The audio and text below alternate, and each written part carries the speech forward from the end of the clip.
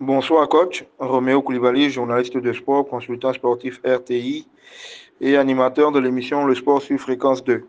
Vous accueillez donc le FC San Pedro que vous avez battu au match aller. Vous avez également bien joué face à cette équipe de l'AFAD en vous imposant par un score minimaliste 1-0. Comment est-ce que vous abordez cette opposition-là face à un concurrent direct pour une place africaine? Bonsoir. Écoutez, on reste assez positif quand même pour aborder nos différents matchs. Et on sait que ce n'est pas un match facile parce que c'est un match contre un concurrent direct, comme vous l'avez dit. Ils sont juste à un point de nous. On a conscience que gagner ce match nous permettrait de prendre un temps d'avance à la course au maintien et puis aussi normalement pour espérer avoir une place africaine. On a conscience de ça. C'est une équipe qui, on va dire, a l'expérience de ce genre de moment. La saison dernière, elle a terminé championne de Côte d'Ivoire. Donc on prend très au sérieux ce match. On sait qu'il va falloir tout donner, rester concentré. Et d'ailleurs, tous nos matchs seront un peu comme ça. On ne peut plus se cacher. Donc tous nos matchs seront des matchs engagés, des matchs avec beaucoup de concentration. Et ça va se jouer dans les détails. Donc demain, c'est à nous d'être, comme je le dis, c'est à nous d'être les premiers à être sur les ballons. C'est à nous d'être le plus motivés. Et bien sûr, si je pense qu'on a la motivation qu'il faut, il est possible d'aller remporter ce match-là.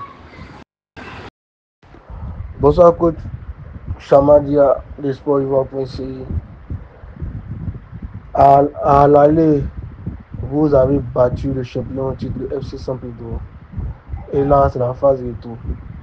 Le FC San Pedro a renoué avec le succès lors de la journée précédente. Alors, ma question est la suivante. Quelle est la stratégie qui sera mise en place pour stopper Draman Kamagate et Abikassi, les deux meilleurs buteurs des Pétriciens? Bon, écoutez, je pense qu'il n'y aura aucune stratégie spéciale pour les deux meilleurs buteurs du FC San Pedro. Il n'y aura aucune stratégie spéciale. Voilà, on ne va pas changer notre manière de jouer tant sur le plan défensif qu'offensif pour juste deux personnes ou juste parce qu'on affronte l'équipe de FC San Pedro. Non, pas du tout. On a une philosophie de jeu, on a une manière de jouer à nous, on a nos principes de jeu. Je pense pas que voilà, on va la changer pour un ou deux joueurs. Voilà. Pour moi, c'est des joueurs qu'il faut prendre au sérieux parce que c'est des jeunes qui sont ambitieux, qui ont envie de terminer meilleur buteur de leur équipe et du championnat. Et nous aussi, on a des hommes ambitieux aussi à notre niveau qui ont envie aussi de gagner des matchs. Donc voilà, on va juste jouer au foot, chercher à être efficace tant défensivement qu'offensivement. Bonjour coach, Ange-Patrick Hirier, journaliste à la police du sport. Le FC San Pedro est juste derrière vous au classement. Ce match a donc un enjeu direct sur votre position. Est-ce que cela change votre approche par rapport au match précédent? Non, je ne pense pas que cela change notre approche par rapport au match précédent. Chaque match de championnat, on le joue pour le gagner. On le joue pour le gagner. C'est un état d'esprit qu'on a en ce moment. On joue chaque match pour gagner. Au pire, ne pas sortir avec la défaite. Donc ça ne change en rien notre état d'esprit, ça ne change en rien notre volonté, notre envie de gagner. Voilà. Et encore plus même, je pense que parce qu'on a conscience que c'est un adversaire direct et on a conscience que ce match est capital pour les deux équipes. Donc voilà, on va tout donner, on va faire ce qu'il faut, on va en tout cas faire le job pour essayer de l'emporter. Bonjour, moi c'est Clément Yeton, consultant à la 3. Ma question est pour le coach Ousso Israël. On constate que le championnat il est ouvert et qu'il n'est pas encore plié. Les 5 premiers ont encore la chance d'être champions ou encore d'aller chercher une place africaine. Est-ce que le coach pense que son groupe a la capacité, les aptitudes pour aller chercher le titre ou encore une coupe africaine? En toute franchise, comme je l'ai déjà dit lors d'une interview, je pense honnêtement que Mouna n'est pas la dernière des équipes de ce championnat. que ce soit en termes de production de jeu, que ce soit en termes de talent intrinsèque au niveau des joueurs, que ce soit en termes de la qualité par rapport au staff technique. Moula n'est pas l'une des dernières équipes de ce championnat. Et je pense que si on est concentré, si on n'a pas la grosse tête, si on est toujours volontaire et on se fixe véritablement l'objectif de faire de bonnes performances, de ne pas se poser des questions, de ne faire aucun calcul et de jouer pour gagner, je pense honnêtement que le club de Mouna FC avec ses joueurs ont la possibilité aujourd'hui de jouer le haut du tableau. Et pourquoi pas une place africaine ou même le titre de champion de Côte d'Ivoire. Pareil pour le titre de champion, si l'opportunité s'ouvre à nous, je pense qu'on ne cracherait pas sur l'occasion. Mais voilà, pour y arriver, il y a 12 matchs.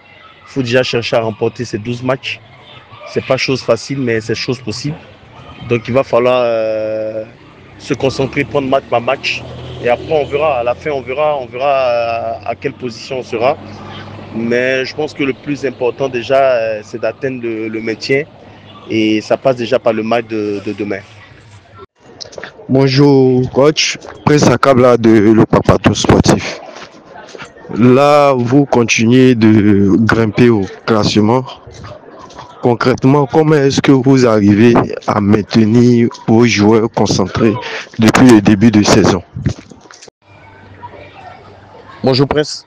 Je pense que on avait conscience dès le début de cette saison par rapport au projet qu'on mettait en place avec des jeunes joueurs qu'il faille beaucoup travailler surtout sur l'aspect mental, être vraiment au contact de ces garçons-là, leur rappeler très souvent qu'ils ont tout à gagner à être performants. Et je pense qu'aujourd'hui, c'est ce qui nous permet de garder ces garçons en haleine. On a cette capacité à leur rappeler à chaque fois qu'ils ont tout à gagner aujourd'hui en travaillant dur, en faisant de bonnes performances, en gagnant les matchs. Parce que c'est eux qui seront à la lumière, c'est eux qui auront la possibilité notamment d'intégrer des sélections jeunes, c'est eux qui auront la possibilité d'être vus par des recruteurs.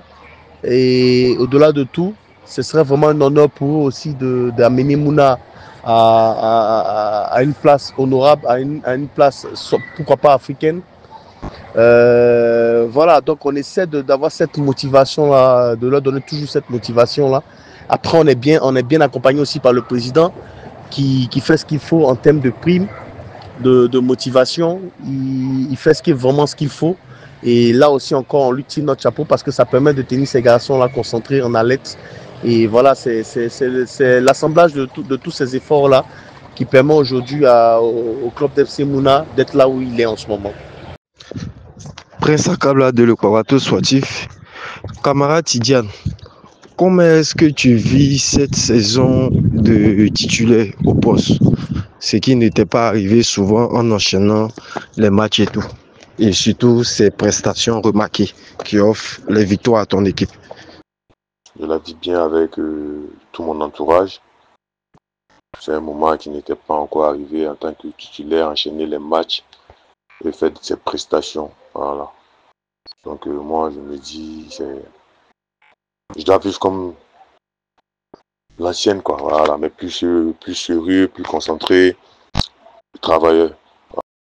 Puis une question pour Camara Tidiane, le gardien de but. Alors, Camara, comment tu vis cette ascension cette saison, à tel point de t'être même retrouvé en stage avec les éléphants à prime? Voilà, comment est-ce que tu vis cette saison dans laquelle tu passes clairement un palier dans tes performances et dans ta carrière? Bon, en fait, le palier, c'est la confiance des dirigeants. C'est la confiance des dirigeants. On m'a fait confiance.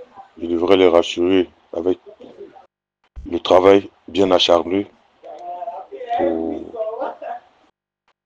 pour que l'équipe puisse avancer. Voilà. Donc moi, personnellement, on a travaillé sur tous les plans pour qu'aujourd'hui, je sois à ce niveau. Voilà. On a travaillé dur pour que je sois à ce niveau aujourd'hui. Au niveau de l'équipe nationale, bon, c'est un travail d'équipe. Voilà, c'est un travail d'équipe. mes amis m'ont aidé à travailler pour que je puisse aller participer au stage de l'équipe nationale. Et bon, je pense que c'est sur le travail. Toujours, on va continuer à travailler pour que ça soit la bonne. Bonsoir, camarade Tidiane, portier d'une équipe qui marche bien. Face à la FAD, vous avez encore sauvé votre équipe avec des arrêts réflexes. Qu'est-ce qui fait aujourd'hui la force de camarade Tidiane? Dans quel secteur de jeu vous avez progressé? Et puis, quelle est votre ambition personnelle à l'issue de cette saison 2024-2025? Merci. Oh, ok. Bonsoir, merci. Juste vous dire que chacun doit jouer son rôle. Voilà, chacun doit jouer son rôle. C'est mon rôle de défendre la cage inviolée. Voilà, c'est le rôle d'un gardien de but. Voilà. On a travaillé dur pour ça. Donc, on va toujours rester sur cette dynamique-là. Sur le côté objectif, personnel, bon, c'est de pouvoir faire plus de clean sheet. Voilà, plus de clean sheet avec l'équipe pour que nous puissions atteindre la compétition africaine. Voilà, donc c'est un peu ça l'objectif. Merci. Bonsoir, camarade Tidiane. Chamadia, journaliste, photographe à sportivoire.ca. On constate que depuis un moment, bon disons depuis le début du championnat, tu es l'un des meilleurs portiers de la Ligue 1. Qu'est-ce que ça te fait? Personnellement, ça me va droit au cœur. Ça me va droit au cœur parce que je dois remercier d'abord les entraîneurs qui m'ont fait confiance et qui ont travaillé avec moi pour que je sois où je suis aujourd'hui. Voilà. Je remercie pour ce cas. Mais bon, en fait, moi, ça me booste encore plus. Voilà, ça me booste encore plus parce que je me dis, si on te fait confiance, tu dois rien relâcher. Voilà. Donc, je suis prêt à... Bonjour Camara, vous êtes le joueur le plus utilisé de l'effectif. Comment gérez-vous la pression et la fatigue sur une saison aussi exigeante? Merci. La fraîcheur physique, mentale, tout ça, ça fait partie de notre boulot. Voilà. Oui, c'est vrai, je suis pas le seul joueur à être plus utilisé, mais bon. Vu que notre poste, c'est pas du tout facile, mais bon. On s'adapte avec le travail bien fait par les encadreurs. Je pense que c'est faisable, c'est faisable. En tant que compétiteur, il faut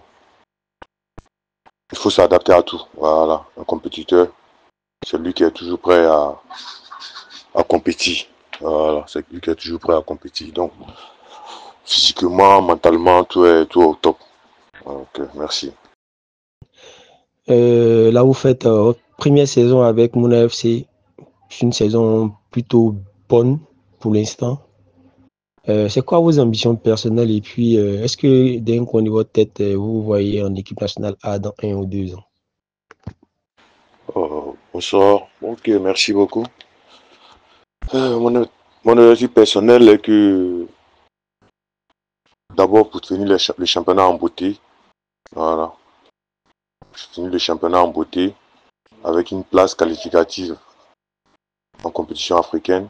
Voilà. C'est un objectif. Là, au niveau de l'équipe nationale, l'appétit va venir en mangeant. On sera toujours optimiste. Voilà. Actuellement, pour le moment, nous allons se concentrer sur le championnat pour atteindre l'objectif de notre dirigeant et surtout nous-mêmes les acteurs. Voilà. Nous allons être optimistes pour préparer match après match. Après ça, maintenant, au niveau de l'équipe nationale, on verra ce que ça va donner. Je vous remercie.